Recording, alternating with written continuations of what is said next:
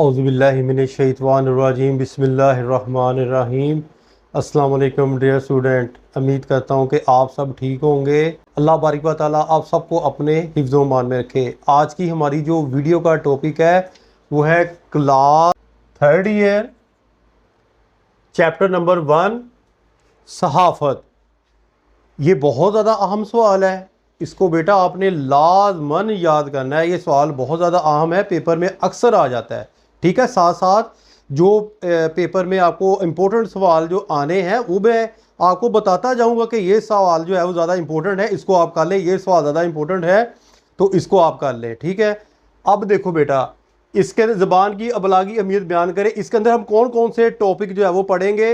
वो है ज़बान की अबलागी अहमियत, अबलाग का ज़रिया, ख़यालात के इजहार का ज़रिया, मुख्तलिफ मौज़ूआत, हालात से आगही, दो तरफ़ा अबलाग, वसी पैमाने पर अबलाग। नंबर 7 बैरूनी असरात, अलामतें, आलमगीर मुआशरा, भाईचारे की फ़ज़ा।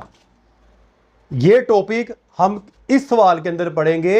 ज़बान की अबलागी अहमियत बयान करें, ये वाली बुक है और इसका पेज नंबर 37 है। ठीक है, और यहाँ मैं आपको एक बात बताना चाहूँ, ये इस सवाल के अंदर मैं ज़्यादा गहराई के अंदर नहीं जाऊँगा बेटा, क्योंकि इस सवाल को तो आपने वीडियो देखनी है, लेकिन इसको देखने के बाद आपने जो मेरी फर्स्ट वीडियो 3-4 हैं, जो इससे पहले जो क्वेश्चन है उनको आपने लाजमन देख लेना है। ये वही बातें, वही जो है वो चीज़ें, वही पॉइंट जो है वो अगेन आ गए हैं। ठीक है, अगेन इसमें से कुछ जो है वो चेंज है, 2-4 बकिया वो वही पॉइंट है। तो आपने उन पॉइंट्स को देखना है। उन पॉइंट्स के अंदर मैंने बहुत ज़्यादा तफसील के साथ इनके ऊपर बहस की है। आपने डाटा मुझसे ले लिया करें, अपने लफ्ज़ों में लिखा करें, कुछ किताब से जो है वो लिखा करें, ताकि आपको जो है वो अल्लाह बारिक ताला अच्छे नंबरों से पास करे। तो लेट्स स्टार्ट, शुरू करते हैं। अबलाग का पहला ज़रिया। देखो बेटा, अल्लाह बारिक व ताला ने जब इंसान को पैदा किया ना, तो इंसान ने जो पहला अबलाग जो है, पहली बात जो है वो किससे की थी? ज़बान के ज़रिए की। यानी कि अपने ख्यालात, नज़रियात ज़बान ही के ज़रिए जो है वो एक इंसान से जो है वो दूसरे इंसान तक जो है वो पहुँचाए। हज़रत आदम अलैहिस्सलाम से लेकर आज तक जितनी भी जो है वो दुनिया के अंदर तरक्की तब्दीलियाँ आई हैं, जो ख्यालात हम तक पहुँचे हैं वो ज़बान के ज़रिए ही पहुँचे हैं। ठीक है, तो नेक्स्ट ख्यालात के इजहार का ज़रिया मैं खुद ही यानी कि बताता जाऊंगा, लिखा वही है जो मैं बताऊंगा आपको। ठीक है, ख्यालात के इजहार का ज़रिया जी। अब इंसान के पास जो ख्यालात होते हैं, हर बंदे के दूसरे बंदे से जो है वो ख्यालात नहीं मिलते, जज्बात नहीं मिलते। वो अपने ख्यालात क्या होते हैं? एक इंसान जब अपनी आइज़ को बंद करके सोचता है, या घर के अंदर कोई मसला होता है उसके बारे में जो ख्यालात होते हैं, या कोई कारोबार के बारे में ख्यालात, या कोई भी जो टॉपिक है उसके बारे में ख्यालात है, वो एक इंसान से दूसरे इंसान को जो है वो कैसे शिफ्ट होते हैं? ज़बान के ज़रिए। और दूसरा बंदा अपने ख्यालात जो है वो ज़बान के ज़रिए पहले बंदे को बताएगा। यानी कि ये ख्यालात के इजहार का ज़रिया भी है ज़बान। मुख्तलिफ मौज़ूआत पर ज़बान हर तरह के मौजू पर जो है वो बात कर सकती है, चाहे फिज़िक्स, केमिस्ट्री, बायो, अरबी, फ़ारसी, हिंदी, सराइकी, पश्तो, इंग्लिश, अफ्रीकी, ये सारी जो है वो हम ज़बान के ज़रिए जो है वो बलाग कर सकते हैं, अपनी बात पहुंचा सकते हैं। लेकिन जो इशारे होती हैं, अलामतें होती हैं, इनके ज़रिए हम मखसूस अबलाग कर सकते हैं, बड़े पैमाने के ऊपर अबलाग नहीं कर सकते। हालात से आ गई। अब देखो बेटा, एक बंदा जो है वो उर्दू नहीं आती, वो अनपढ़ होता है, वो जाहल होता है।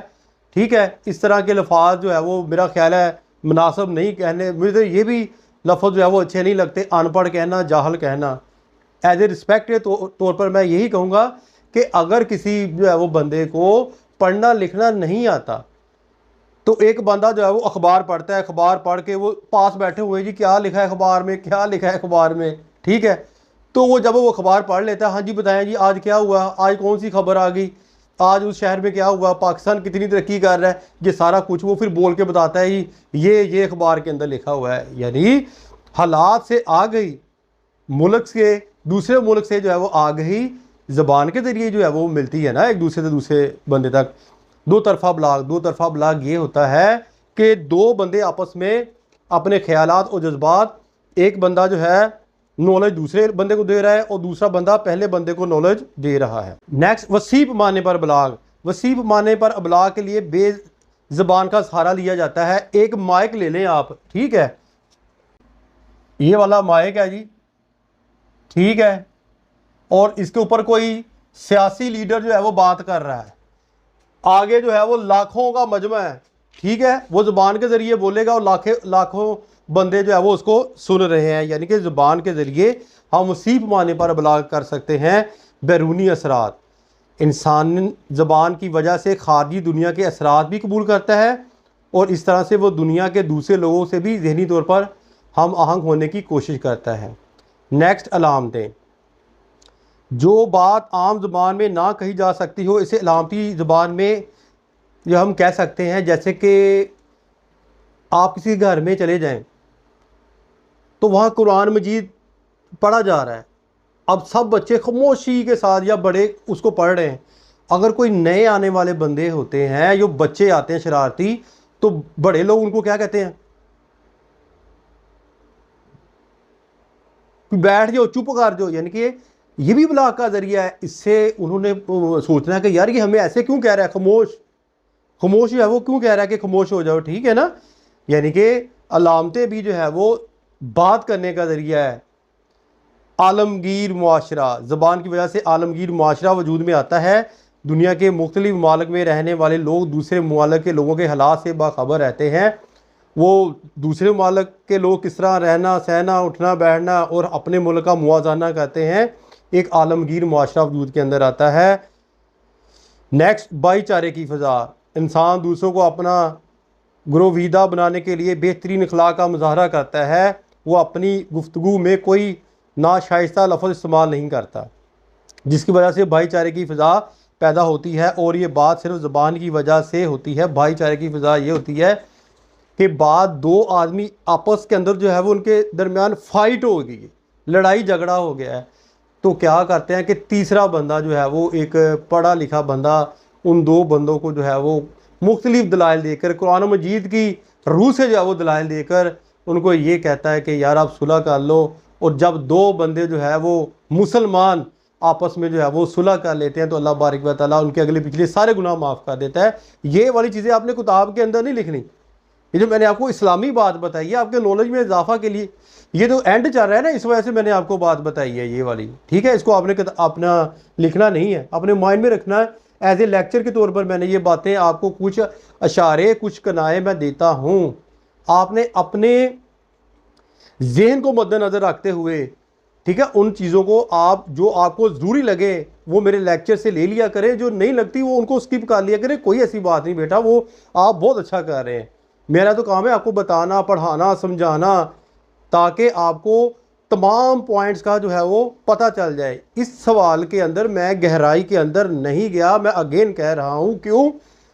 वो यही वजह है कि ये सवाल जो है वो पहले मैंने बहुत तफसील के साथ जो है वो पढ़ा दिया है। अब इंशाअल्लाह ताला नेक्स्ट जो क्वेश्चन है उसको हम तफसील से पढ़ेंगे। पेज नंबर 39 के ऊपर ज़बान के अलावा अबलाग के दूसरे तरीके कौन से हैं, नीज़ रोज़मर्रा ज़िंदगी में इनकी अहमियत वाज़ा करें।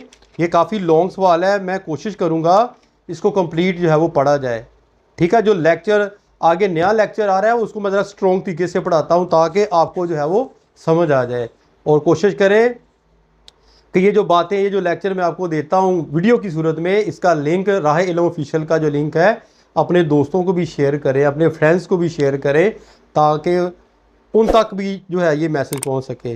अपनी दुआ में याद रखिएगा। इंशाल्लाह मिलते हैं जल्दी नेक्स्ट वीडियो में। अस्सलाम वालेकुम।